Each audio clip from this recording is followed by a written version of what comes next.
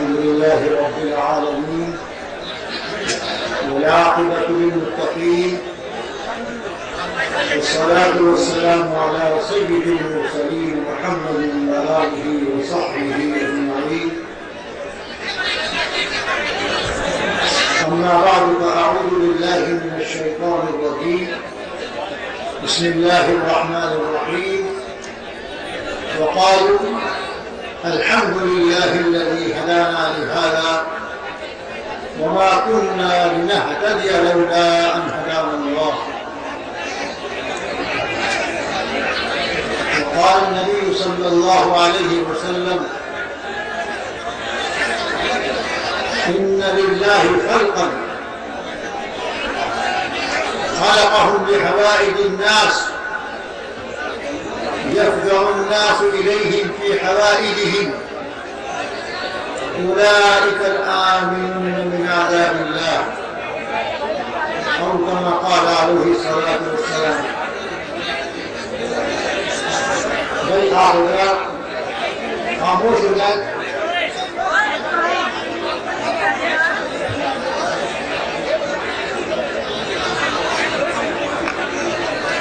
حضرات علماء کرام، بزرگان ملت، دارالشرار قوم،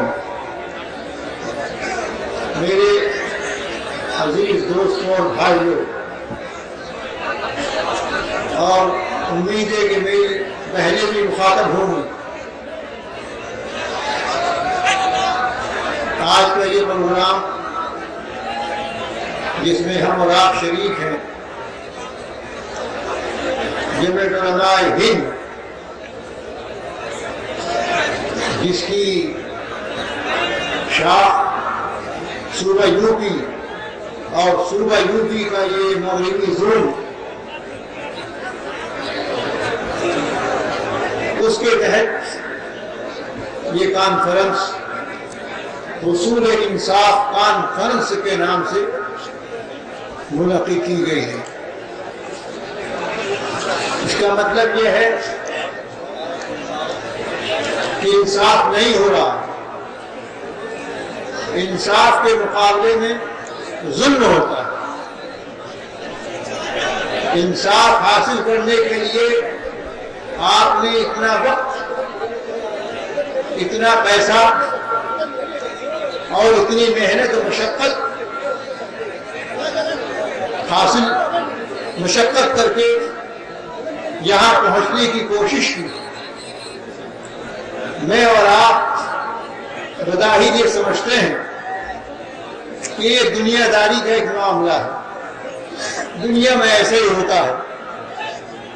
تو ظالم ہوتے ہیں، حق مارتے ہیں، کچھ لوگ کھڑے ہوتے ہیں ان کا حق دلانے کے لیے مظلوموں کے ساتھ آ جاتے ہیں.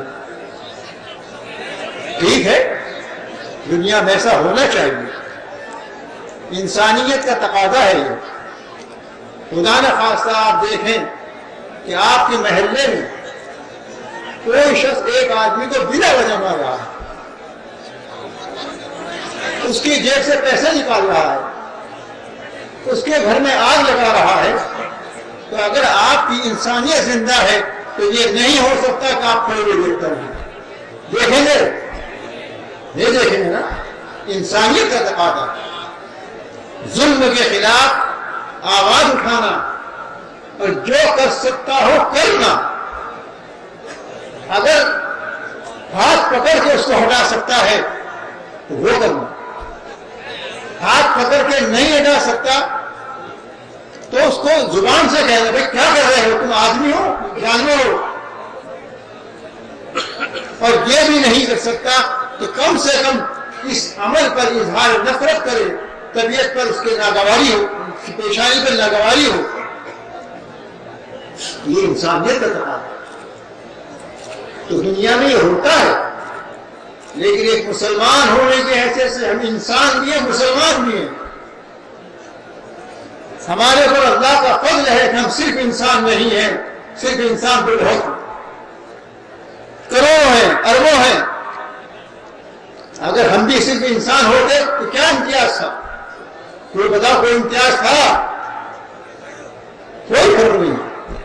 اللہ نے فضل کیا کہ ہمیں آقا انعامدار سرکار دو عالم صلی اللہ علیہ وسلم آخری پیغمبر، جب سے انسان آباد ہے، دنیا آباد ہے، اس وقت سے لے کر جناب رسول اللہ صلی اللہ علیہ وسلم تک جو اللہ کی مرضیات بتانے والے آئے، ان سب کا خلاصہ کامل مکمل شعور میں حضور اقدس صلی اللہ علیہ وسلم نے پیش کیا.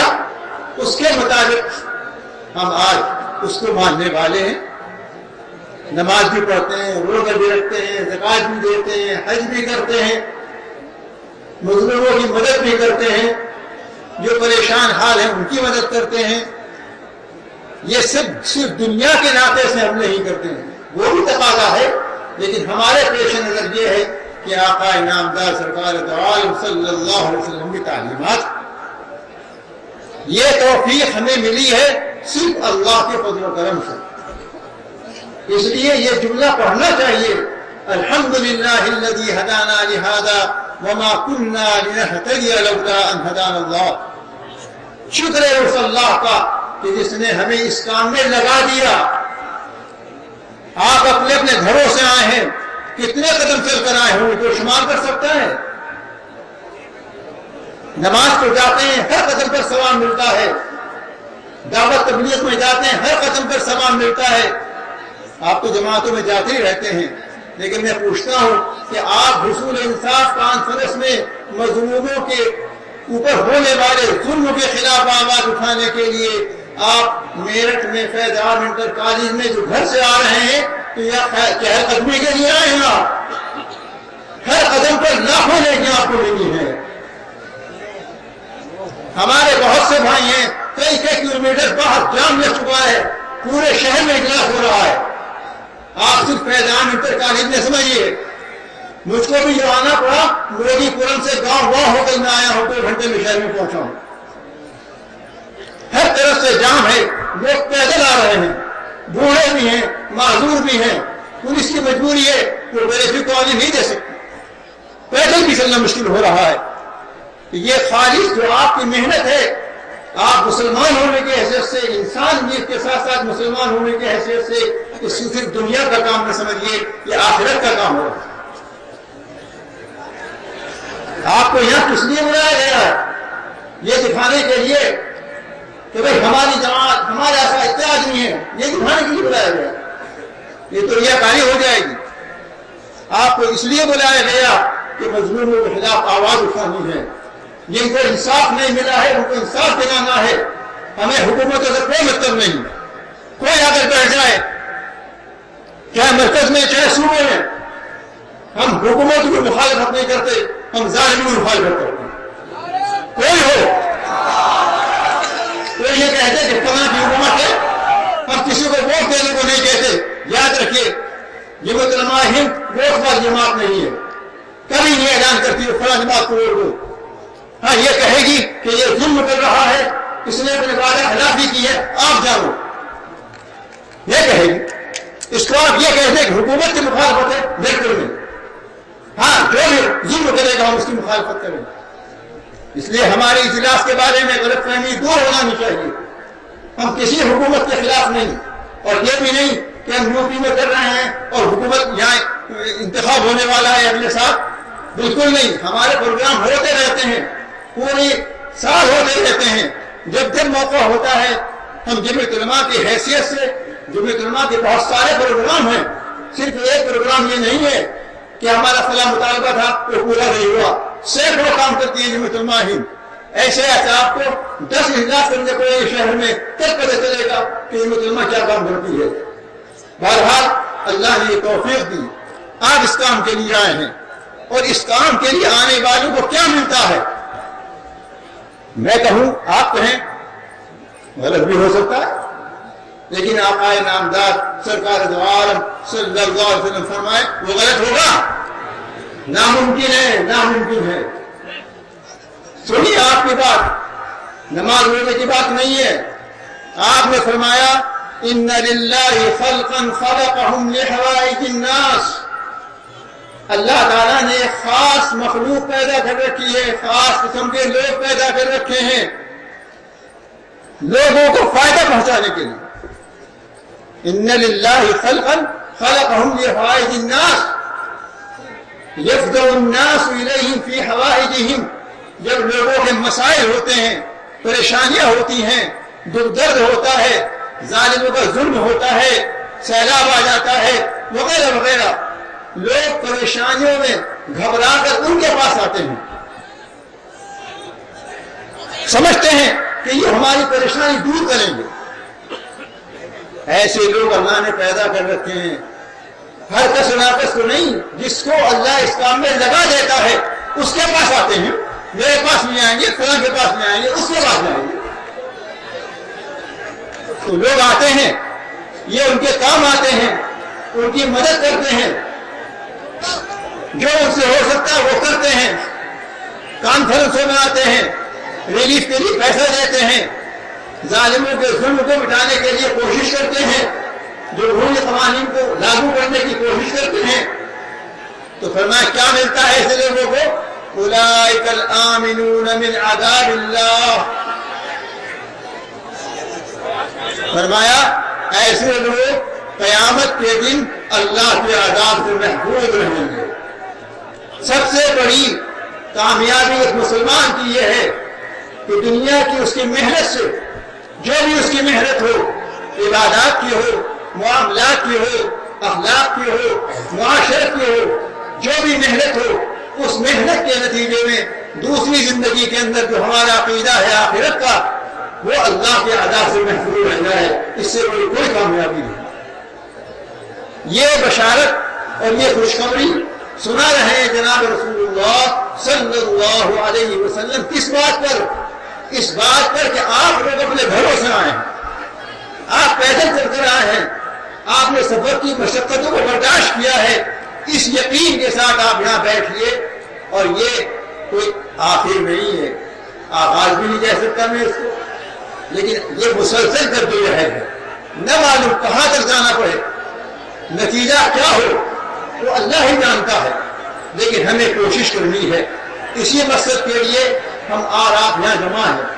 اللہ تعالیٰ فرماتا ہے، جناب رسول اللہ صلی اللہ علیہ وسلم فرماتے ہیں، واللہ فی عون العبد ما کان العبد فی عون اخیہ۔ آپ اپنے بھائیوں کی مدد کرنے کے لیے آئے ہیں، برادران وطن بھی ہمارے بھائی ہیں اور ہمارے مسلمان بھائی بھی ہمارے بھائی ہیں۔ جو آدمی اپنے بھائیوں کی مدد کے لیے نکلتا ہے، اللہ کی مدد اس کے ساتھ شامل حال رہتی ہے۔ ہمارا اور آپ کا اس ملک کے اندر جو قیام ہے، اچھی طرح سن لیجیے، اس ملک کو آزاد ہوئے تقریباً 68 سال ہو رہے ہیں۔ آزادی کے وقت میں ہمارے بزرگوں نے یہاں رہنا طے کیا، کہیں جانا، جو جانے کو تیار تھے ان کو بھی بستر کھلوا دیے۔ یاد ہے آپ کو سن 47 کا زمانہ؟ مجھے تو یاد نہیں ہے، میں تو بچہ تھا، آپ لوگوں کو یاد ہوگا۔ بستر بن چکے تھے، ارکان ثلاثہ شیخ الاسلام حضرت معاصر حسین المدنی نمو اللہ مقدر، حضرت مولانا شاہ عبد القادر صاحب رحمۃ اللہ علیہ، حضرت شیخ الحدیث صاحب سہارنپور رحمۃ اللہ علیہ، تین حضرات کا مشورہ ہوا اور سب نے طے کیا کہ اس ملک ہی میں رہنا ہے۔ اگر خدا نے خاص وہ فیصلہ نہ ہوتا تو آج فیضان اترتا ہے، کچھ نہیں ہوتا۔